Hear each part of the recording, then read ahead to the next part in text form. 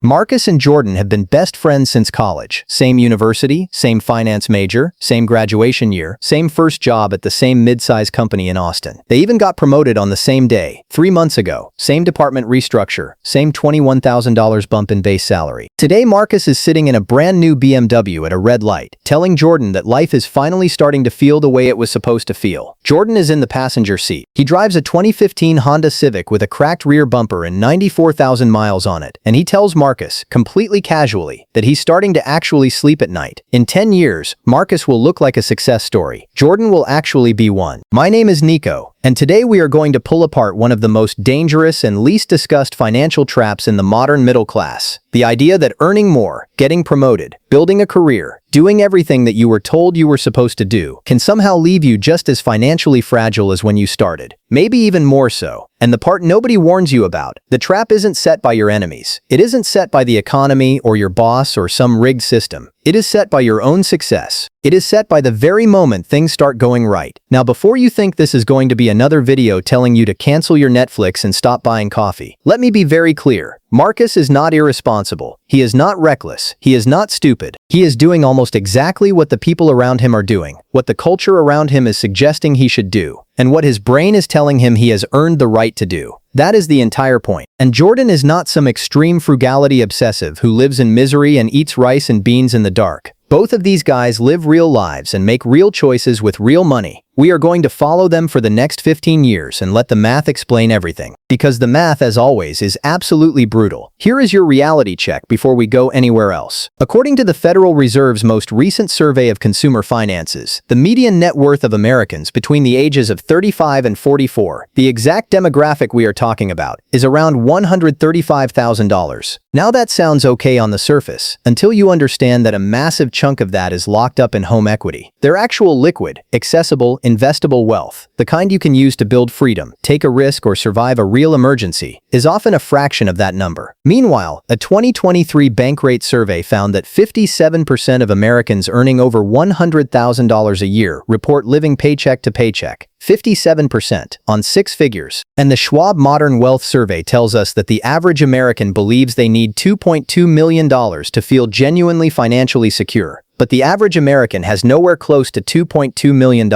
Something is catastrophically broken between what people earn and what they actually build. And that break, that exact disconnect, happens right here, in the middle-class success years, during the promotions and the raises and the lifestyle upgrades that feel so completely justified. So let's get back to Marcus and Jordan. They're both 32, same promotion, same new salary, $95,000 a year. After federal taxes and state taxes, depending on where they live, that's roughly $6,100 to $6,300 a month in take-home pay. That is genuinely good money. That is the kind of income where building serious, life-changing wealth is not just possible, it's almost inevitable. If you make the right 3 decisions in the first 90 days, and this is exactly where their paths split, not because of income, not because of intelligence or ambition or work ethic, because of 3 decisions made before Marcus's new business cards even arrived. Marcus gets the news on a Friday afternoon. He sends his girlfriend a text that just says "we did it." She sends back 5 champagne emojis. By Saturday morning, they are at a dealership.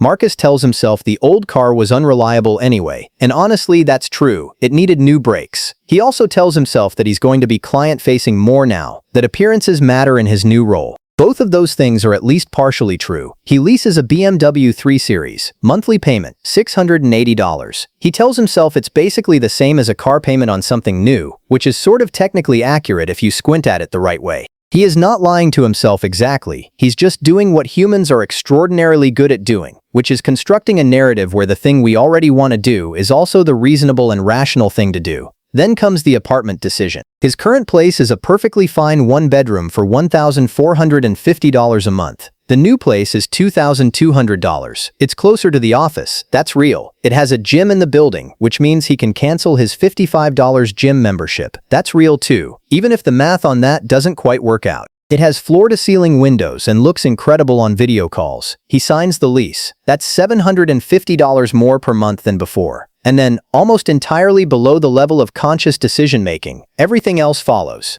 The restaurants go from $45 dinners to $95 dinners because he's in a different social circle now, meeting different people, and $45 dinners feel like a statement about who he used to be. The wardrobe gets quietly refreshed, not all at once, just piece by piece, a few $100 here, a few hundred there, a watch that cost $420 that he told himself was an investment. The weekend trips expand, the subscriptions multiply. His Spotify becomes an Apple Music family bundle. Audible, LinkedIn Premium, a meal kit service he uses maybe twice a month, a meditation app. Each one is by itself completely trivial. Together they are a shadow financial system that runs silently in the background and costs him somewhere around $300 to $400 more per month than he has any idea. Here's where it gets really interesting. Marcus still saves. He is not reckless. He contributes 6% to his 401k to capture the employer match. He has a savings account he emotionally calls his emergency fund, though it barely has 2 months of expenses in it. On paper, Marcus is doing what you're supposed to do, but his savings rate, the actual percentage of his income going toward building real, accessible, compounding wealth, is still stuck at about 8%, the identical percentage he saved when he was making $74,000. His income grew by $21,000 a year. His lifestyle grew by $20,400 a year. He captured less than $600 of genuine wealth building out of a $21,000 raise, a raise that he worked 3 years and hundreds of hours of extra effort to earn, and he has genuinely no idea this happened. Jordan gets the same promotion news the same Friday. He calls his mom. He picks up a 6-pack on the way home and makes dinner. On Sunday afternoon, he opens his brokerage account, the taxable one he's been building alongside his 401k, and he increases his automatic monthly contribution by $850. He does not get a new car. The Civic runs fine. He stays in his apartment for another 22 months. He is not depriving himself. He still goes out, still takes a trip to Portugal in the spring, still eats at good restaurants, still has a social life that anyone would describe as full and enjoyable.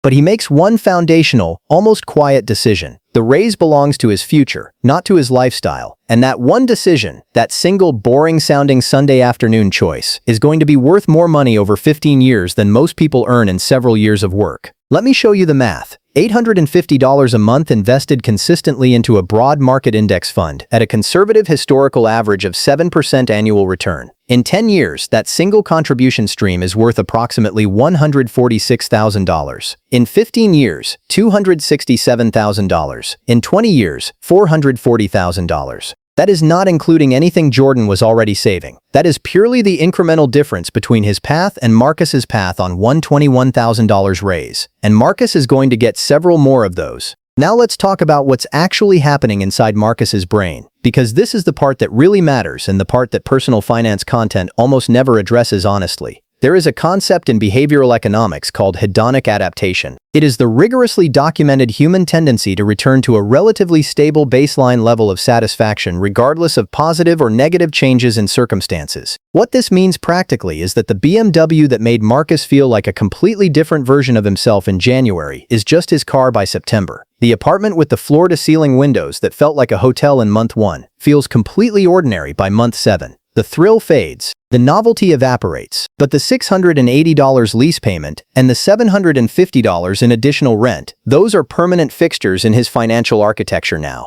And here is the genuinely cruel mechanic of the middle-class success trap. By the time the excitement has adapted away, he's locked into a cost structure that he cannot easily downshift without it feeling like failure, like going backward, like losing ground he worked hard to gain. And humans are not wired to accept feeling like they're going backward. We are wired, deeply and neurologically, to treat losses as roughly twice as painful as equivalent gains are pleasurable. This is called loss aversion, and it was documented by Nobel Prize-winning researchers Kahneman and Tversky. It means that once Marcus's lifestyle is calibrated to the BMW and the nicer apartment, moving backward feels like punishment even if his rational brain understands the math. The golden handcuffs don't feel like handcuffs. They feel like a standard of living he has earned and deserves to protect. Researchers at Stanford have also documented that social comparison is one of the most powerful predictors of financial decision-making. We do not evaluate our lifestyle in isolation. We evaluate it against the people we see, work with, and want to be respected by. When Marcus got promoted, the social circle around him shifted. He's now in meetings with senior managers who drive nicer cars and go on ski weekends and renovate their kitchens. He is not consciously trying to keep up. He is just unconsciously recalibrating his baseline reference point for what is normal, what is acceptable, what matches his new level. This is so deeply human that calling it a mistake almost feels unfair. But the financial consequences are identical whether the motivation is ego or belonging or pure hedonic instinct.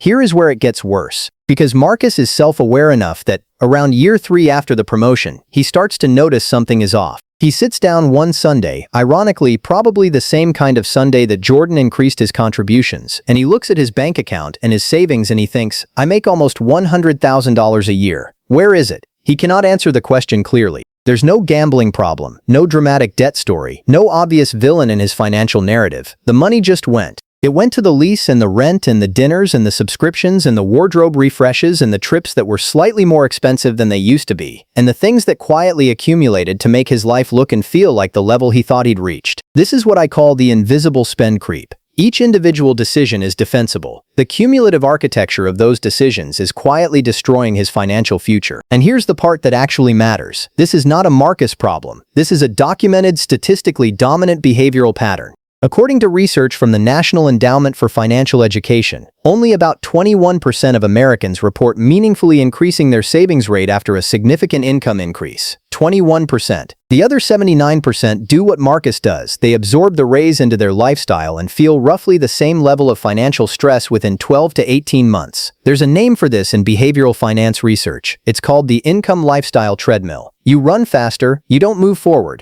You just run faster and wonder why you're tired. Now, I know the objection forming in the back of your mind right now, because it forms in the back of almost everyone's mind when they hear this. Okay, Nico, but Marcus is building career equity. His income is going to keep growing. He'll have more opportunities to save down the road. He's investing in his network, his image, his positioning. More money is coming. And I need to address this directly because it is one of the most dangerous and seductive pieces of financial logic that exists, and the data systematically destroys it. The Dalbar QAIB study, which tracks real investor behavior against market benchmark returns across 20-year periods, consistently shows that the average investor dramatically underperforms the market not because they picked bad stocks, but because of behavioral timing decisions. Pulling out during downturns, starting too late, not investing enough during peak earning years. The time value of money is not a metaphor for a motivational poster. It is a mathematical reality that punishes delay with a ferocity that feels almost personal. Let me show you exactly what it costs. Two investors, both earn 7% annually. Investor 1, Jordan, contributes $850 a month starting at 32. Investor 2, Marcus, waits until 40 to get serious, but then invests $1,400 a month, far more than Jordan ever did. By age 60, who has more money? Jordan has approximately $1.05 million from just this contribution stream alone. Marcus, putting in $550 more per month for 20 years, has around $760,000. Jordan wins by nearly $290,000 despite putting in less total money. The math is brutal. 8 years of compounding that Marcus spent leasing a car he no longer finds exciting represents the difference between 7 figures and not. Every single year of delay in your 30s and early 40s costs more than any individual financial mistake you're likely to make. Let's move the clock to year 7. Marcus got 2 more promotions in that time. He's making $131,000. By every visible signal, he is exactly what success is supposed to look like. His LinkedIn is polished. His apartment is great. His car, a new BMW, the lease renewed and upgraded, is clean and impressive. His kids are in a good school. His Instagram, when he posts, looks like a life well lived. And his net worth? Approximately $104,000. Almost entirely inside his 401k, which he cannot touch without a 10% penalty and income tax for another 25 years. His liquid wealth, actual accessible money that could let him take a risk, absorb a real emergency, or walk away from a situation he's starting to resent, is around $19,000. He needs every paycheck. If he lost his job tomorrow, he'd be in genuine financial crisis within 90 days despite making $131,000 a year. The lifestyle that was built to signal freedom has become the exact mechanism of his captivity. Jordan, same year 7. Making $126,000. Slightly different promotion path, slightly different timing. Doesn't matter. His net worth is approximately $395,000, $215,000 in retirement accounts, $125,000 in taxable investment accounts he can actually access tomorrow if he needs to, $55,000 in a combined emergency and opportunity fund. Jordan has something that no salary can purchase directly: optionality. He took a lower-stress role at a new company 18 months ago because he could comfortably handle a 3-month income gap during the search. He turned down a toxic promotion at his old company because he didn't need the money badly enough to accept the terms. He is thinking seriously about co-investing in a friend's business. He sleeps at night in a way that has nothing to do with his mattress. This is the real, functional, life-altering difference between income and wealth. Income is what flows in. Wealth is what accumulates, compounds, and generates options while you sleep. Let me address the Jordan objection head-on before we get to the final numbers, because I hear this constantly. Nico, Jordan sounds like he has no fun. What's the point of earning money if you're just hoarding it and watching a number grow? I want to be direct about this because it's a false binary that keeps millions of intelligent people on the wrong side of this equation. Jordan upgraded his apartment. He just did it 22 months later, slightly more modestly, at $1,900 instead of $2,200. He drives a 2018 Honda Accord now, which is a comfortable, reliable, objectively pleasant car. He traveled to Portugal, to Japan, to Costa Rica over 7 years. He ate great food. He bought things that genuinely made his daily life better. What he didn't do was automatically, reflexively convert every income increase into a permanent lifestyle increase without a single conscious, deliberate pause. The question Jordan learned to ask, and this is the practical core of everything in this video, is this: does this purchase genuinely make my life better in a way that I'll still appreciate in 6 months? Or does it just signal to myself and others that I've arrived? And that question, asked consistently over 7 years, is worth hundreds of thousands of dollars. Here is a framework you can implement this week. Every time your income increases, raise, bonus, side income, promotion, anything, before you do anything else, calculate 50% of the net increase, just half. Commit that half to investing, debt elimination, or an opportunity fund. The remaining half you can direct wherever you want, including lifestyle. You get the upgrade and the compounding simultaneously. You are not depriving yourself. You are not being extreme. You are simply not allowing 100% of every financial gain to be instantly absorbed into a permanently higher cost structure.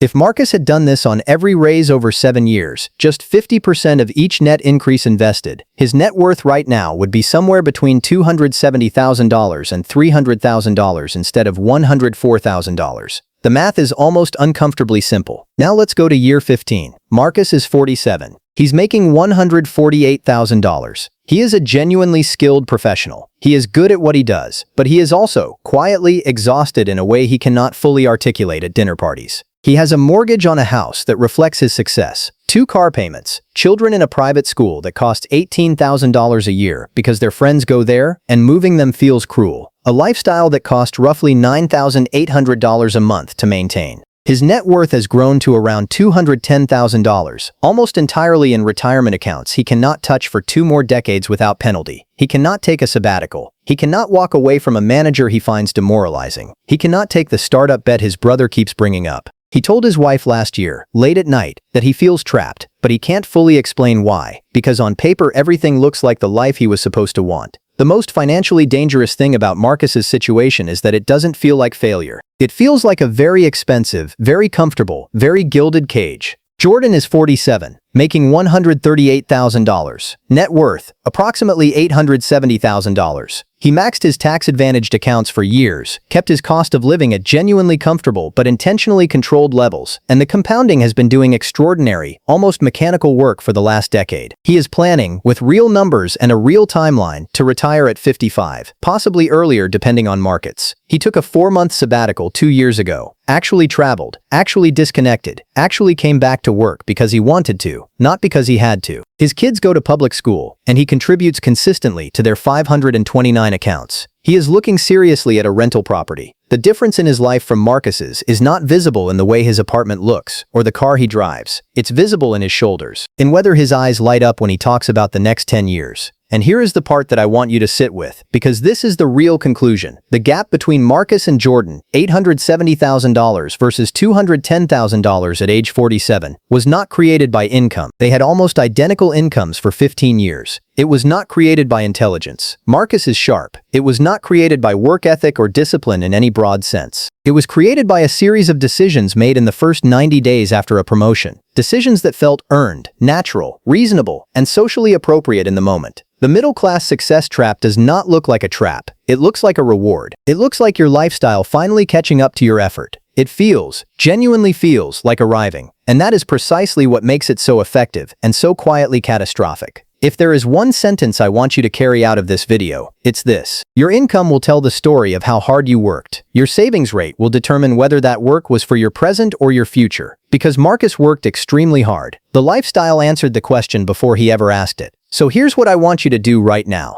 Drop your age and your current savings rate in the comments below. Not to compete, not to brag or be embarrassed, just to make it concrete and real, because the first step out of any trap is knowing exactly where you're standing. The community down there is full of people at every stage of this, many of them exactly where Marcus is right now, figuring it out with honesty and without judgment. If something clicked in this video, if one number or one story or one moment made you see your own financial picture differently, hit the like button right now. It genuinely directly helps more people find this content at the exact moment they're standing at a dealership telling themselves they deserve it. Subscribe if you haven't already, because next week we are going deep on the real math of vehicle decisions and how a single car purchase made at 30 can cost you north of $400,000 in lifetime wealth. Not because of what the car costs, because of what that money could have been doing. That video is going to make you look at your parking spot like you've never looked at it before. I'll see you in the next one.